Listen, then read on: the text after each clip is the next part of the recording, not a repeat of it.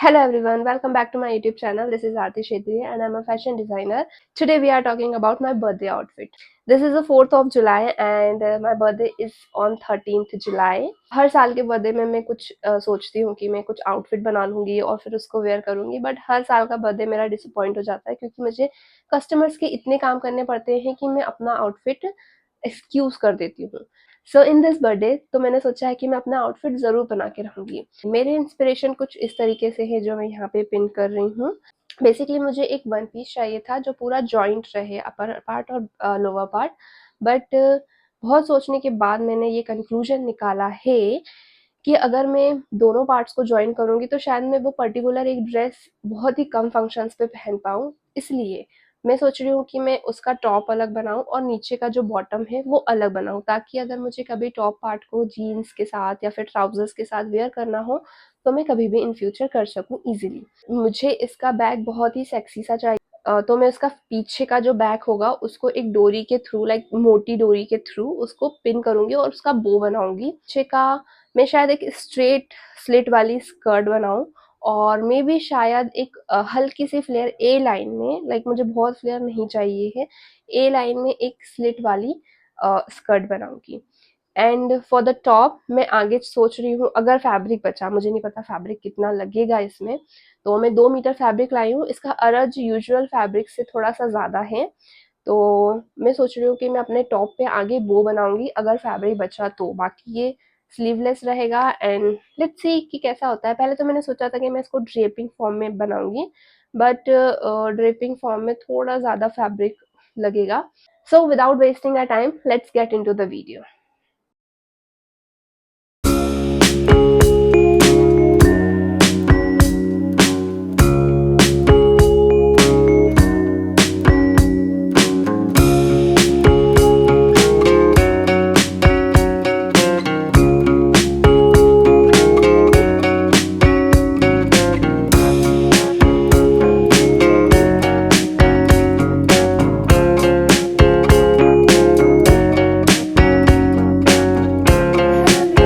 आज हम मेरे बर्थडे का आउटफिट फिनिश करेंगे, मीन्स स्टिचिंग स्टार्ट करेंगे। आज मैं अपने बर्थडे के आउटफिट की स्टिचिंग स्टार्ट करूँगी। आज 9th ऑफ जुलाई है और मैंने 6th ऑफ जुलाई को इसकी कटिंग करी थी। बीच में मेरे पास कुछ कस्टमर्स के काम आ गए थे जो मुझे उनको टाइम पे देना था, तो मैं उसको तो मैंने अपने आउटफिट को थोड़ा सा साइड में रख लिया क्योंकि कस्टमर के काम पहले ही इम्पॉर्टेंट होते हैं। एंड इसके बाद मेरे पास इसमें ना अस्तर अवेलेबल नहीं था। मंडे को बारिश बहुत हो रही थी तो मैं मार्केट जा नहीं पाई और ट्यूसडे को मार्केट पूरा बंद रहता है यहाँ पे, इसलिए मैं इसका अस्तर लेके आई हूँ। जो कि ये क्रेप है। मुझे इसकी सिर्फ बॉडी पार्ट में क्रेप का अस्तर चाहिए था क्योंकि मैं इसमें कप्स इंस्टॉल करूँगी, तो मुझे इसमें कोई लाइनिंग की नीड थी। वैसे ये फैब्रिक इतना ट्रांसपेरेंट नहीं है, बट क्योंकि मुझे कप्स इंसर्ट करने हैं तो मुझे लाइनिंग की रिक्वायरमेंट रहेगी इसमें।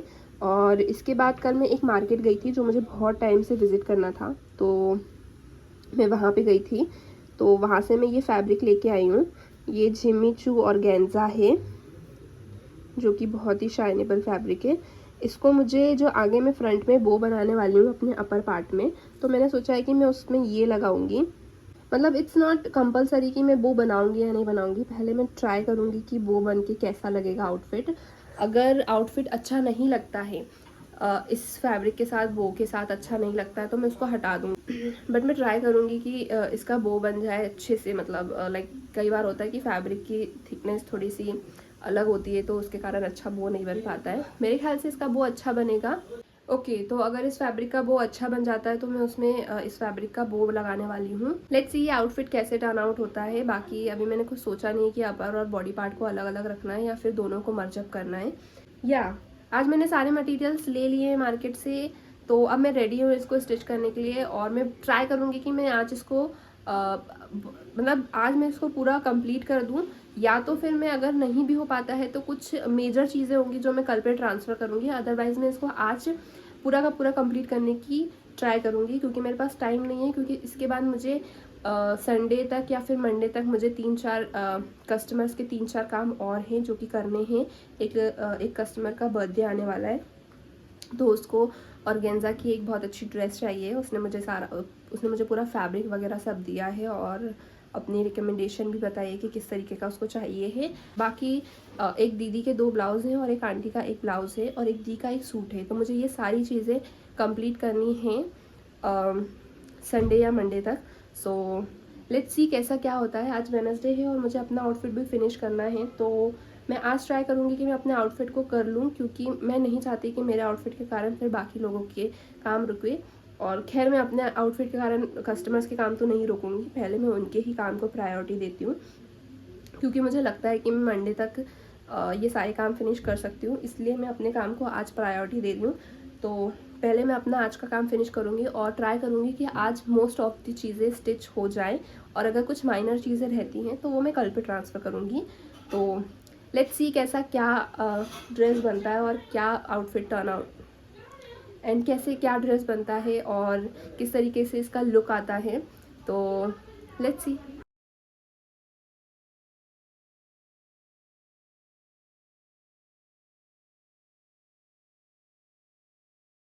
मेरे पास कटिंग टेबल नहीं है, तो मुझे ना ग्राउंड में कटिंग करनी पड़ती है, जो कि लिटरली बहुत ही ज़्यादा अनकंफर्टेबल होता है।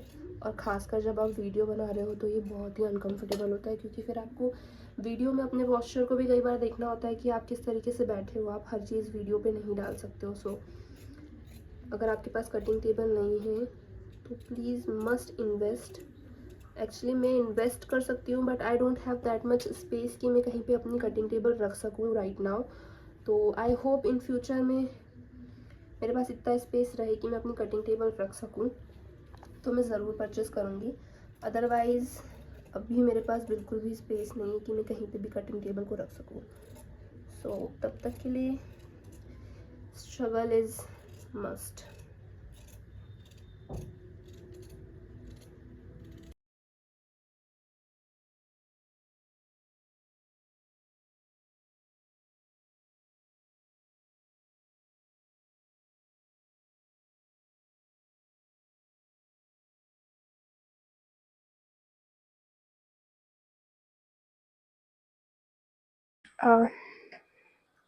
तो मैं अभी सिर्फ ना अभी ऊपर का ही जो पार्ट होता है उसको फिनिश कर रही हूँ।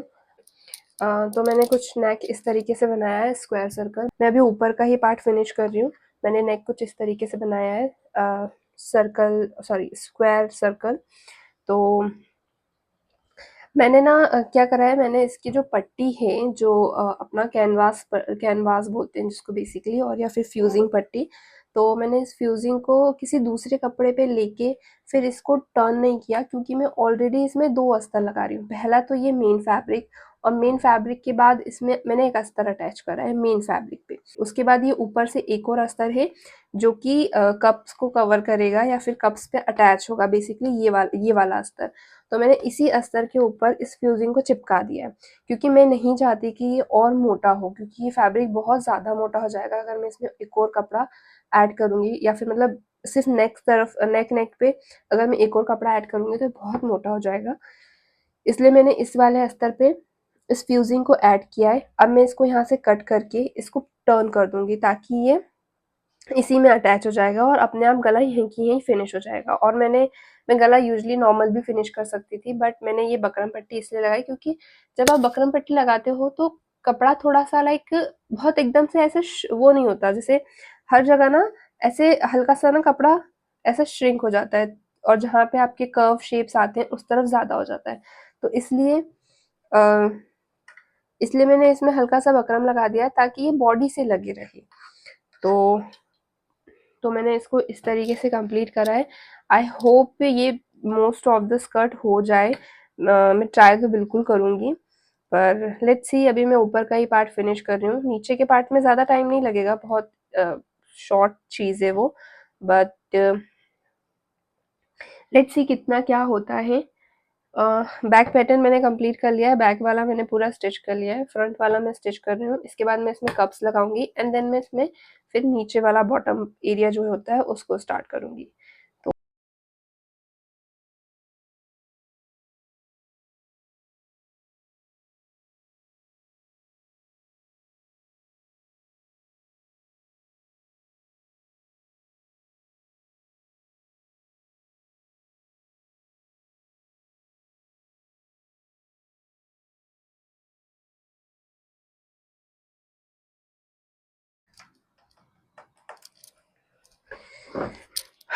ओके, तो फाइनली अब मैंने अपर पार्ट स्टिच कर लिया, विच इज दिस।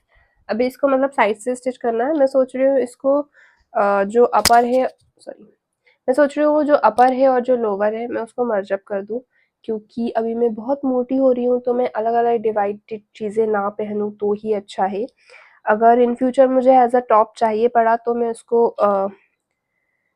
इसको अलग कर लूँगी इसके बॉटम पार्ट से, पर फिलहाल मैं इसको साथ में मर्ज अप कर देती हूँ एंड लेट्स सी। बाकी अब मैं इसका बॉटम स्टिच करना स्टार्ट कर रही हूँ, विच इज़ दिस, या विच इज़ दिस। यहाँ पे मुझे टक्स लगाने, ये 2 पार्ट है, फ्रंट एंड बैक। तो लेट्स गेट स्टार्ट।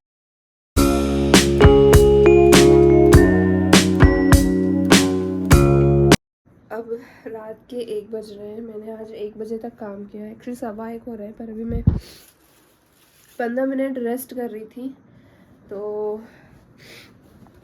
1 बज चुके हैं और मैं ये ड्रेस आपको दिखाती हूँ।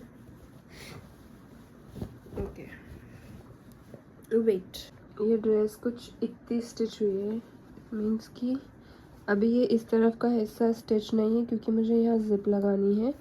बाकी इस तरफ का हिस्सा मैंने स्टिच कर लिया है, यू कैन सी, यहाँ का हिस्सा स्टिच कर लिया है।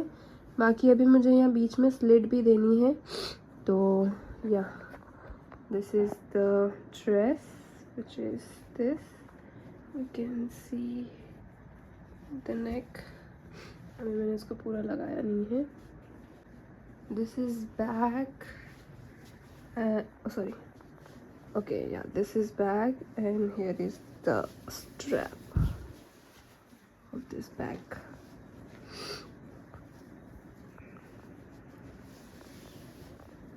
Yep. So yeah, this is the bag.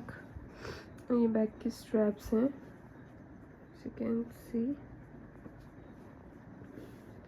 अब इसका पूरा लुक तो तभी समझ आएगा जब ये पूरा बन जाएगा। अदर देन दैट इसमें आपको हाफ लुक अभी समझ नहीं आएगा। तो आज के लिए मैं इतना ही स्टिच कर रही हूँ, ऑलमोस्ट फिनिश्ड है। साइड में मुझे इसमें जिप लगानी है एंड उसके बाद या नीचे हेमिंग होगी नहीं, मतलब कि मैं उसमें सिलाई लगाऊंगी एंड बीच में स्लिट आएगी। 3 काम हो गए और चौथा काम होगा बो बनाना। बस दिस इज़, मतलब 4 काम है बेसिकली, और छोटे छोटे काम है, बहुत ज़्यादा बड़े काम नहीं है। तो कल प्रॉबली 1 घंटे में 3 काम तो फिनिश हो जाने चाहिए, 1 घंटे से भी कम टाइम में एक्चुअली। और रही बात बो बनाने की, तो उसमें देखते हैं कितना टाइम लगता है और किस तरीके से बो बनता है। बस उसमें लगेगा, अगर कुछ टाइम लगा तो। उसके बाद या this dress is gonna be ready. So मैं आपको मिलती हूँ कल, बाय।